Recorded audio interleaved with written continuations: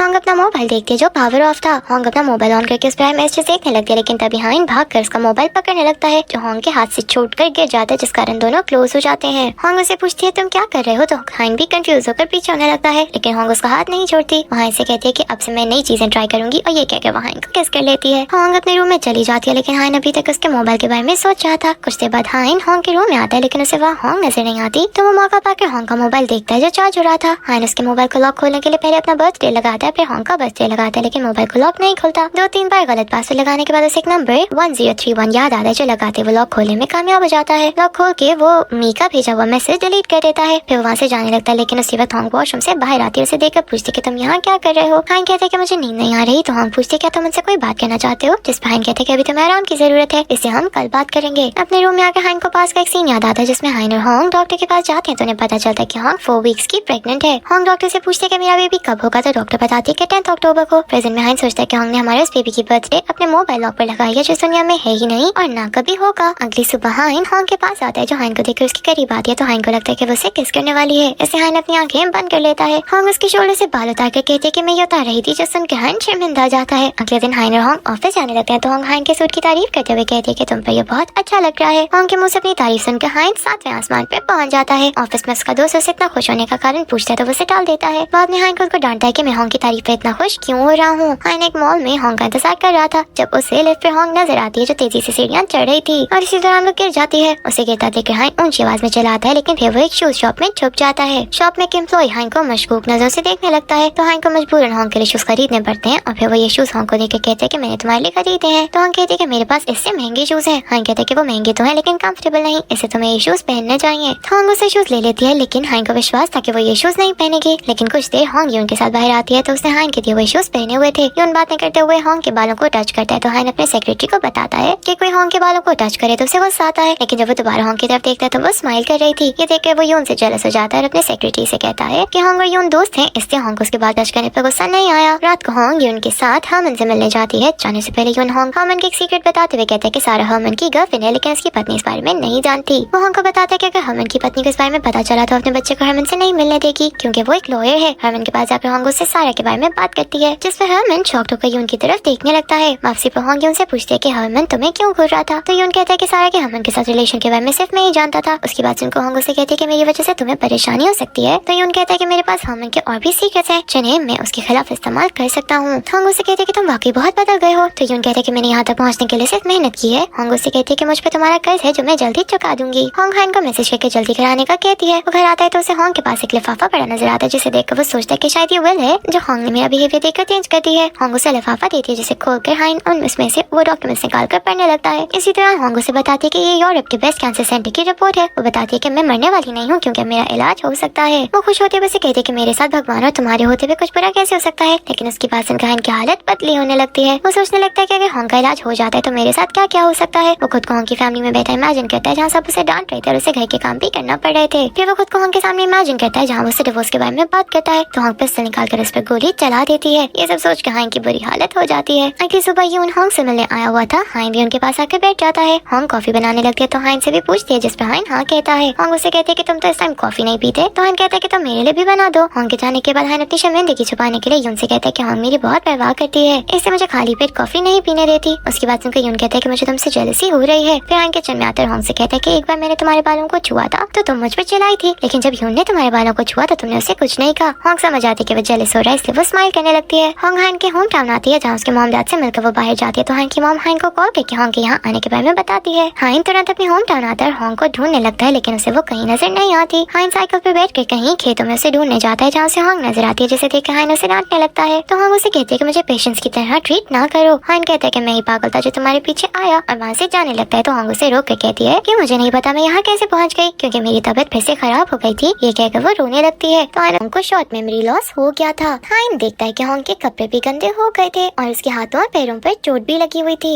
ये देख कर हाइन उसके पास जाकर उसे हक कर लेता है और फिर उसे अपने साथ घर ले जाता है। घर आकर हाइन होंग से अपने घर आने का कारण पूछता है, तो होंग बताती है कि मुझे मी ने यहाँ बुलाया था क्योंकि तुम्हारे डैड इलेक्शन में अपने ओपोनेंट से हार रहे थे, इसलिए मैं उन्हें हारता नहीं देख सकती थी। ये सुनकर हाइन हैरान होता है क्योंकि होंग के पास दूसरों के लिए कभी वक्त नहीं होता था। हाइन के घर पर होने के कारण उन दोनों को हाइन की फैमिली को दिखाने के लिए एक ही रूम में रहना पड़ता है। रूम में आके हाइन होंग के हाथ और पाँव पर लगी चोटों पर दवाई लगाता है। इसी बीच होंग उससे पूछती है, क्या तुम मेरे ट्रीटमेंट के लिए मेरे साथ चलोगे? जिस पर हाइन कुछ सोचने लगता है। होंग उससे कहते कि मैं अकेले जाने से डर नहीं रही, सिर्फ तुम ही मेरी बीमारी के बारे में जानते हो, इससे तुम्हें साथ ले जाना चाहती हूँ। ये सुनकर हाइन मान जाता है। फिर दोनों एक दूसरे के क्लोज आ जाते हैं। हाइन होंग को किस करने लगता है, जो देखकर होंग भी अपनी आंखें बंद कर लेती है, लेकिन हाइन किस करने के बजाय बाहर चला जाता है। हाइन बाहर आकर सोचता है कि मैं ये क्या कर रहा था, लेकिन फिर उसे होंग का ख्याल आता है कि उसे अकेला छोड़कर आना ठीक नहीं है। वो अंदर जाने लगता है, लेकिन फिर सोचता है कि मैं होंग को बाहर आने के बारे में क्या कहूँगा। ये सब सोचकर हाइन अंदर जाने के बजाय अपने भाई के पास आकर ड्रिंक करने लगता है। इधर होंग आंखें खोलती है तो उसके सामने हाइन नहीं था। वो हैरान होते कि इतनी जल्दी हाइन कहाँ चला गया। वो हाइन का इंतजार करने लगती है, लेकिन जब कुछ देर बाद हाइन वापस नहीं आता तो वो होंग हाइन को मैसेज करके पूछती है कि तुम कहाँ हो, जिस पर हाइन उसे जवाब देता है कि तुम सो जाओ। ये देखकर होंग को गुस्सा आता है, वो सोने के लिए लेट जाती है, लेकिन उसे नींद नहीं आती तो वो उठकर बाहर हाइन को देखने जाती है, जिससे उसका भाई कह रहा था कि होंग तुम्हारा इंतजार कर रही होगी। हाइन जवाब देता है कि मैं इसीलिए अंदर नहीं जा रहा, वो सोएगी तो मैं अंदर जाऊंगा। ये सुनकर होंग को गुस्सा आता है, वो वापस रूम में चली जाती है। होंग रूम में वापस आकर सोचती है कि अगर तुम चाहते हो हम साथ ना सोए तो मैं तुम्हें फोर्स नहीं करूंगी, क्योंकि वो दोनों पिछले 2 सालों से अलग ही सोते थे। यहाँ 2 साल पहले का एक फ्लैशबैक दिखाया जाता है, जिसमें हाइन ऑफिस से घर वापस आता है तो देखता है जो रूम उन्होंने अपने बेबी के लिए तैयार करवाया था, उस रूम में से मुलाजिम सामान उठा रहे थे। हाइन को पूछने में पता चलता है कि होंग ने ये रूम खाली करने का कहा है, तो वो होंग के पास जाकर इसका कारण पूछता है। होंग उसे कहते हैं कि हमें अब इस रूम की जरूरत नहीं। हाइन होंग के बिहेवियर से दुखी होकर अपना सारा सामान उस रूम में शिफ्ट करवा लेता है। रात को हाइन उस रूम में आता है तो रोने लगता है, क्योंकि उसे अपना बेबी याद आ रहा था जो हुआ ही नहीं था। दूसरी तरफ होंग भी अपने रूम में बैठी बेबी को याद करके रोने लगती है। प्रेजेंट में हाइन और होंग हाइन के घर से सियोल वापस आ जाते हैं। वापस आते ही हाइन कार से उतरकर होंग के लिए दरवाजा खोलता है और साथ ही उसके लिए छाता खोलकर उसके साथ चलने लगता है, क्योंकि बारिश हो रही थी। होंग अचानक रुककर हाइन से कहती कि मैं कल रात तुम्हारा इंतजार नहीं कर रही थी, इसलिए तुम ये मत समझना मैं तुम्हारी वजह से नहीं सोई। हाइन उससे कहते कि मैं जानता हूँ, क्योंकि तुमने कभी मेरा इंतजार किया ही नहीं। होंग को उस पर गुस्सा आता है, लेकिन वो देखते कि हाइन बारिश में खड़ा होकर छाता उसके ऊपर करके उसको भीगने से बचाने के लिए खुद भीग रहा था। ये देखकर उसे काफी अच्छा लगता है। फिर वो दोनों अंदर जाने लगते हैं तो सामने से आता यॉन होंग को अपने छाते के नीचे करके अंदर ले जाता है और हाइन ये देखकर जेलस हो जाता है। कुछ देर बाद हाइन अंदर जाता है तो यॉन को अकेला देखकर पूछता है कि तुम यहाँ क्या कर रहे हो, जिस पर वो बताता है कि मुझे होंग की मॉम ने बुलाया है। वो कहता है कि शायद होंग की मॉम को मेरा होटल में रहना अच्छा नहीं लग रहा, इसीलिए वो चाहते हैं कि मैं गेस्ट हाउस में रहूं। यॉन हाइन को चिढ़ाते हुए कहते हैं कि मेरा यहाँ रहना होंग के लिए भी अच्छा है, क्योंकि हम दोनों के साथ में बहुत सारे काम भी करने हैं। हाइन को उसकी बात अच्छी नहीं लगती तो यॉन उससे खुद ही पूछ लेता है क्या तुम्हें मेरा यहाँ रहना अच्छा नहीं लग रहा। हाइन उससे कहता है कि मैं हाँ कहूँ तो क्या तुम यहाँ से चले जाओगे, जिस पर यॉन बेशर्मी दिखाते हुए नहीं कहता है। तो हाइन भी कहता है कि मैं जवाब देना जरूरी नहीं समझता। होंग नीचे आती है और हाइन को वहाँ ना देखकर उसके बारे में यॉन से पूछते तो यॉन कहता है कि वो तुम्हारे पास रूम में ही रह गया था, क्या तुमने उसे रूम में नहीं देखा, जिस पर होंग मना करती है। मौका देखकर यॉन होंग से पूछता है क्या तुम दोनों अलग अलग रूम में रहते हो, तो होंग उससे कोई जवाब नहीं देती। यहाँ एक फ्लैशबैक दिखाया जाता है जिसमें यॉन ने ग्रेस से हाइन और होंग के बारे में सारी इन्फॉर्मेशन ले ली थी, जिससे उसे पता चल गया था कि हाइन और होंग के बीच कुछ भी ठीक नहीं है। वो दोनों अलग अलग रूम्स में रहते हैं। ग्रेस ने यॉन को बताया था कि हाइन अपने ससुराल वालों से बहुत तंग है, लेकिन फिर भी वो उनके साथ ही काम करता है और बिजनेस की सब डील्स में होंग की फैमिली हाइन की बात मानती है। ग्रेस यॉन से कहते हैं कि हमें सबसे पहले अपने रास्ते से हाइन को हटाना होगा। सीन प्रेजेंट में शिफ्ट होता है जहाँ यॉन होंग से पूछता है क्या तुम दोनों के बीच सब ठीक है, तो होंग उससे पूछती है तुम क्या जानना चाहते हो। यॉन कहता है कि हाइन को अपनी वाइफ के दोस्त के उसके घर आकर रहने पर कोई एतराज नहीं, कोई भी हस्बैंड की बात बर्दाश्त नहीं करता। होंग को उसकी बात बुरी लगती है, लेकिन वो चुप ही रहती है। अगले दिन होंग अपना चेकअप करवाने जाती है तो उसका डॉक्टर उसे बताता है कि यूरोप के जिस सेंटर में तुमने अपनी रिपोर्ट्स भेजी थी उनकी तरफ से एक रिपोर्ट मिली है जिसके मुताबिक वो एक कैंसर ट्रीटमेंट तुम पे यूज करेंगे, लेकिन लेकिन इस बात की कोई गारंटी नहीं कि तुम वाकई इस ट्रीटमेंट से ठीक हो जाओगी। ये सुनकर हॉन्ग कहती है कि मुझे अपने ट्रीटमेंट के लिए दुनिया में कहीं भी जाना पड़ा तो मैं जाऊंगी। इधर हाइन को हंटिंग ग्राउंड के केयरटेकर की कॉल आती है जो उसे जंगली सुअर के हमला करने वाले दिन की फुटेज बारे में बताता है। वो हाइन को बताता है कि इस कार्ड में से फुटेज डिलीट कर दी गई है। हाइन उसे कार्ड मंगवाकर उसे किसी को रिकवर करने के लिए दे देता है। हॉन्ग को यॉन कॉल आती है जो उसे मीटिंग में जाने के लिए बुलाता है। हॉन्ग मीटिंग के लिए जाने लगते हैं लेकिन तभी उसे चक्कर आने लगता है। उसे महसूस होता है कि उसके चारों तरफ बर्फ ही बर्फ है। हॉन्ग खुद को संभालते हुए चलने की कोशिश करती है। इसी बीच कोई उसे पकड़ लेता जो कोई और नहीं बल्कि यॉन था। यॉन उसे कांधे पर हाथ रखकर चलने लगता है जब उन्हें सामने लिफ्ट में से हाइन बाहर आता दिखाई देता है। हॉन्ग को देखते हाइन समझ जाता है कि वो ठीक नहीं है। इससे वो हॉन्ग से पूछता क्या तुम ठीक हो। हॉन्ग उसे जवाब में अपनी चिंता ना करने का कहकर यॉन के साथ लिफ्ट में चली जाती है। लिफ्ट में आती वो गुस्से से यॉन का हाथ खुद से हटाती है। उसे कहती कि मैं बिल्कुल ठीक हूँ, लेकिन यॉन को शक हो गया था कि जरूर हॉन्ग के साथ कोई मसला है। मीटिंग के बाद यॉन ग्रेस से मिलता है और उससे पूछता है कि हॉन्ग को कोई बीमारी है तो वो बताती कि इतने सालों में मुझे ऐसा कुछ नहीं पता चला। यॉन ग्रेस से हॉन्ग की मेडिकल रिपोर्ट के बारे में जानकारी लेने का कहता है और साथ ही पता करने का भी कहता है कि हॉन्ग अपना मेडिकल चेकअप कहाँ करवाती थी।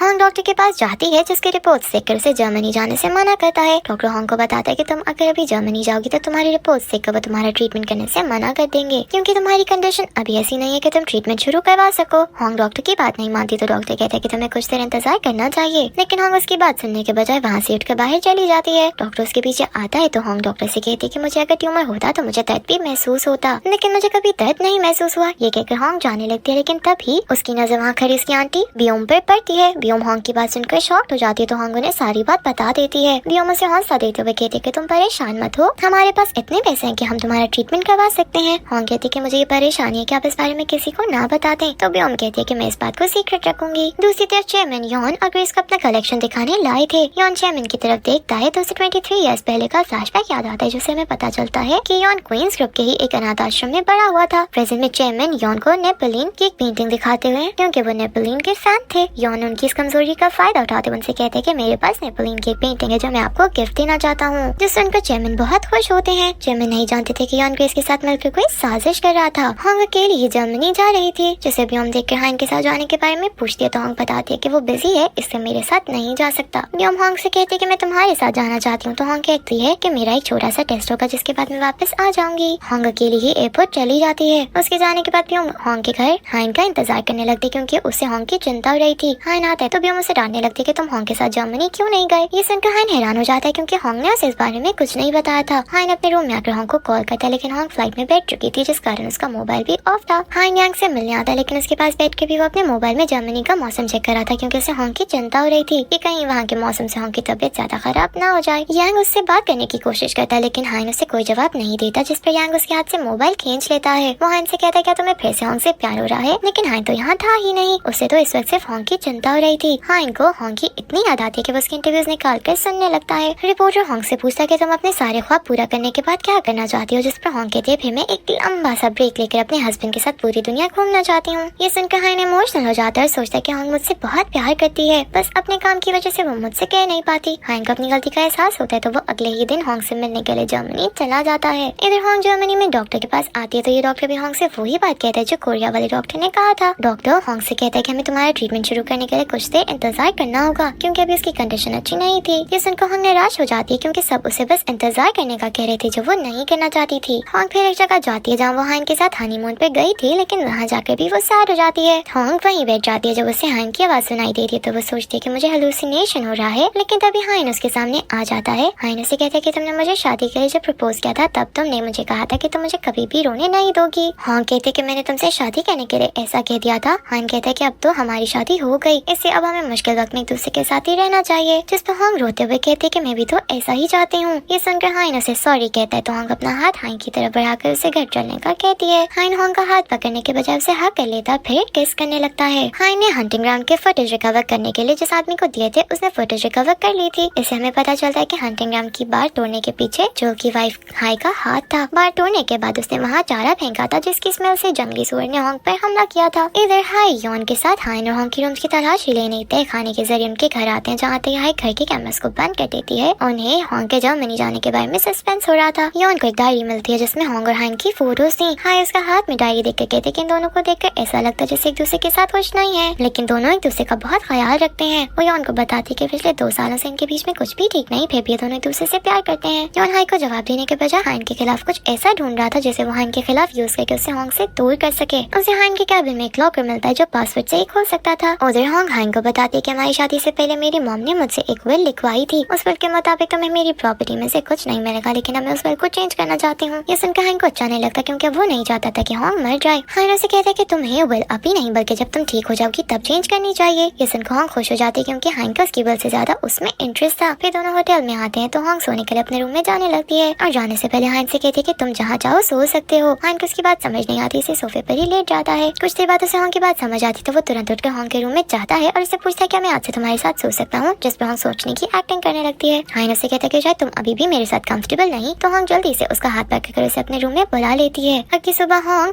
हाइन को बताती है कि मुझे उस मेडिकल सेंटर से मेल आई है। वो कह रहे हैं कि वो मेरा ट्रीटमेंट कर सकते हैं। यहाँ में एक फ्लैशबैक दिखाया जाता है जिसमें हाइन इस मेडिकल सेंटर के डॉक्टर के पास जाकर उसे धमकाते हुए कहता है कि अगर तुमने होंग का ट्रीटमेंट ना किया तो मैं तुम पर फ्रॉड का केस कर दूंगा। इस मेडिकल सेंटर ने होंग से $1 मिलियन इसलिए लिया था ताकि वो होंग का ट्रीटमेंट कर सके, लेकिन अब उन्होंने मना कर दिया था। हाइन उन्हें बताता है कि आपका कॉन्ट्रैक्ट मैंने बनाया था जिसमें ये भी लिखा गया था कि अगर आपने होंग का ट्रीटमेंट करने से मना किया तो आप पर फ्रॉड का केस किया जाएगा। ये सुनकर वो डॉक्टर डर जाता है, होंग का ट्रीटमेंट करने के लिए मान जाता है। दूसरी तरफ यॉन को हाइन के घर से एक कार्ड मिलता है जो उसी शॉप का था जहाँ हाइन ने हंटिंग ग्राउंड वाली वीडियो का कार्ड रिकवर होने के लिए दिया था। हाइन उस शॉप में जाकर उस आदमी से वो कार्ड ले लेता है, जिस पर ग्रेस हाई को डांटने लगती है क्योंकि अगर वो हाइन के हाथ लग जाता तो वो सब पकड़े जाते। इससे हमें पता चलता है कि हाई और ग्रेस यॉन के साथ मिली हुई थी। यॉन का प्लान क्वींस ग्रुप पर कब्जा करना था, वो कई सालों से इस प्लान पे काम कर रहा था। ग्रेस होंग की मॉम से कहती है कि हाइन को पता चल गया कि उसे होंग की प्रॉपर्टी में से कुछ नहीं मिलेगा, इसलिए वो जानबूझकर चलकर प्रोजेक्ट खराब कर रहा है, जिससे उनको होंग की मॉम को गुस्सा आता है। दूसरी तरफ जोल चेयरमैन से कोई बात मनवाने की कोशिश कर रहा था लेकिन वो उसकी बात नहीं सुन रहे थे। हाई दूर से ये सब देख रही थी। वो जोल को देखकर सोचती है कि ये अब भी अपने बचपन जैसा ही बेवकूफ है। यहाँ 23 इयर्स पहले का एक फ्लैशबैक दिखाया जाता है जिसमें यॉन के साथ अनाथ आश्रम में एक बच्ची भी थी और वो बच्ची हाई ही थी। हाई और यॉन बचपन से ही साथ थे। एक दिन यॉन जोल को अनाथ आश्रम में फुटबॉल मारता है जिस पर वो रोने लगता है, तो हाई उसे हौसला देते हुए कहती है कि हम दोनों बड़े होकर शादी करेंगे, जिस पर जोल बड़ा सा मुंह बनाकर वहाँ से चला जाता है। लेकिन हाई ने तभी सोच लिया था कि उसे जोल नहीं बल्कि उसकी दौलत चाहिए, इसलिए वो यॉन के साथ मिलकर क्वींस ग्रुप पर कब्जा करना चाहती थी। ग्रेस हाइन और होंग के घर पर न होने का फायदा उठाकर उनके घर की वायर्स ठीक करवाने के बहाने इलेक्ट्रिशियन से हाइन का लॉकर खुलवा लेती है, जिसमें से उसे डिवोर्स पेपर्स मिलते हैं। इन पेपर्स पर हाइन ने साइन भी किए हुए थे लेकिन अभी तक होंग को नहीं दिए थे। ये देखकर ग्रेस बहुत खुश होती है। वापस जाने से पहले ग्रेस सीसीटीवी कैमरेज में से अपने यहाँ आने की फुटेज डिलीट कर देती है। हाइन और होंग हॉस्पिटल जाते हैं जहाँ डॉक्टर्स होंग को ऑपरेशन रूम में ले जाने लगते हैं, लेकिन तभी होंग को एक बच्चा नजर आता है जिसे देखते ही होंग उसके पीछे भागती है। भागते भागते होंग हॉस्पिटल से बाहर चली जाती है। इधर हाइन को नर्स होंग के गायब होने के बारे में बताता है तो हाइन हॉस्पिटल से बाहर जाकर होंग को ढूंढने लगता है लेकिन उससे कहीं नहीं मिलती। हाइन को रोड पर उसी हॉस्पिटल के यूनिफॉर्म में एक लड़की गिरी नजर आती तो वो डरते हुए उसके पास जाता है, लेकिन ये देखकर वो शांत हो जाता है कि वो होंग नहीं थी। उसी वक्त हाइन को होंग नजर आती है जिसे देखते हाइन हक कर लेता है। होंग को फिर से हेलुसिनेशन हो गया था जिस कारण उसे पता ही नहीं चला कि वो कहाँ जा रही है। होंग को हेलुसिनेशन की वजह से अपना बड़ा भाई नजर आया था जो 23 इयर्स पहले मर गया था। होंग हाइन को बताती है कि 23 इयर्स पहले मैं अपनी फैमिली के साथ एक जजीरे पर गई थी जहाँ हमारी बोट का एक्सीडेंट हो गया था, इससे मेरे भाई ने मुझे बचाने के लिए अपनी जान दे दी। इसी वजह से उसकी मॉम मुझसे नफरत करती है। होंग को भी इस बात का गिल्ट था कि उसके भाई की जान उसकी वजह से गई थी। हाइन उसे तसल्ली देते हुए कहता है कि अभी सब में तुम्हारा कोई कसूर नहीं था। हाइन गार्ड का पूछने के लिए शॉप पर कॉल करता है लेकिन उसका नंबर ऑफ था क्योंकि उस आदमी ने अपनी शॉप हमेशा के लिए बंद कर दी थी। यॉन ग्रेस के साथ चेयरमैन के पास जाते हैं और उन्हें नेपोलियन की एक पेंटिंग गिफ्ट देता है। ग्रेस चेयरमैन को परेशान करने के लिए कहती है कि यॉन को क्वींस ग्रुप की ओपोनेंट कंपनीज की तरफ से ऑफिस आ रही हैं, जिससे उनके चेयरमैन परेशान हो जाते हैं। कुछ देर बाद चेयरमैन को एक और झटका लगता है जब होंग के डैड उन्हें बताते हैं कि कंपनी के फाइनेंशियल डिपार्टमेंट के हेड ने बहुत बड़ा फ्रॉड किया है। वो चेयरमैन को बताते हैं कि इस बारे में क्वींस ग्रुप के ओपोनेंट्स को भी पता चल गया है, इससे हमारी कंपनी की स्टॉक प्राइसेस भी गिर जाएंगी। ये सुनकर चेयरमैन उस गद्दार को ढूंढने का कहते हैं जो सबके पीछे था। दूसरी तरफ चेयरमैन की वाइफ जानबूझकर चेयरमैन की टेबल के नीचे लगा ट्रांसमीटर दिखाती है जिस पर चेयरमैन अपने घर के साथ साथ बाकी सबके घरों को भी छानबीन करवाते हैं। इस छानबीन में हाइन के रूम के दराज से ट्रांसमीटर का रिसीवर मिलता है जिस पर सब शॉक्ड हो जाते हैं क्योंकि वो सब हाइन पे अंधविश्वास करते थे। यॉन जिसने चेयरमैन को दी जाने वाली पेंटिंग में कैमरास लगाए थे उसकी मदद से अपने रूम में बैठा ये सब देखकर मजे ले रहा था। इसके अलावा उसने ग्रेस से हाइन के रूम में सीक्रेट कैमरास भी लगवाए थे, इससे हाइन के घर पर क्या हो रहा था ये सब भी उसे नजर आ रहा था। इन्वेस्टिगेशन के दौरान उन्हें हाइन के दराज में से एक डेस्क मिलती है जिसमें फाइनेंशियल डिपार्टमेंट की हेड की कॉल रिकॉर्डिंग थी और इस डेस्क में फ्रॉड के पैसों की सारी लिस्ट मौजूद थी। ये देखकर सबको विश्वास हो जाता है कि हाइन ही उनकी कंपनी का गद्दार है। होंग की मॉम उसको कॉल करके सबके बारे में बताती है लेकिन होंग विश्वास नहीं करती। वो अपनी मॉम से कहती है कि किसी ने हाइन को फंसाने के लिए ये सब किया होगा, इससे आप हमारी रूम्स की इन्वेस्टिगेशन करवाएं जिससे पता चल जाएगा कि हमारे रूम्स में कौन कौन गया था। होंग अपना मोबाइल ऑफ कर देती है और हाइन से भी ये कहकर मोबाइल ऑफ करवा देती है कि अगर तुम्हारी फैमिली से तुम्हें कोई कॉल करे तो तुम मत सुनना। अभी हम किसी से चेयरमैन की वाइफ के बारे में बात करवाती तो उसे पता चलता है कि वो अपने फेक नाम के साथ यहाँ रहती थी। वो जब 4 माह प्रेग्नेंट थी तब उसे जेल हुआ था, जेल में उसका बेटा भी पैदा हुआ था। ये सब जानकर भी हम हैरान हो जाते हैं क्योंकि वो इतने सालों से उसके डैड को धोखा दे रही थी। चेयरमैन हाइन के लॉकर भी खुलवा लेते हैं जिसमें से उन्हें डिवोर्स पेपर्स मिलते हैं जो देखकर होंग की फैमिली को हाइन पर बहुत गुस्सा आता है। ग्रेस मौके का फायदा उठाकर कहती है कि हाइन का दोस्त यांग क्वींस की ओपनिंग कंपनी का अटॉर्नी है, जिसपे सबको विश्वास हो जाता है कि हाइन उन्हें धोखा दे रहा है। इधर हाइन और होंग जर्मनी में एंजॉय कर रहे थे। हाइन होंग के लिए बुके लेकर आता है, लेकिन उसी वक्त होंग को उसकी मॉम एक बच्चे भेजती है जो हाइन के दराज से मिलने वाले डिवोर्स पेपर्स की थी, जो देखकर होंग का दिल टूट जाता है। हाइन होंग को बुके देता है, लेकिन होंग उन्हें फेंक देती है, जिसपे हाइन हैरान होकर होंग को देखने लगता है। होंग उसे डिवोर्स पेपर्स की पिक्चर दिखा के पूछती है कि ये झूठ नहीं है क्योंकि इसमें तुम्हारे ही साइंस हैं। हाइन होंग से अब और कुछ नहीं छुपाना चाहता था, इससे कहते हैं कि मैं तुम्हें इस बारे में बताने वाला था, लेकिन होंग इससे ज्यादा उसकी कोई बात नहीं सुनती।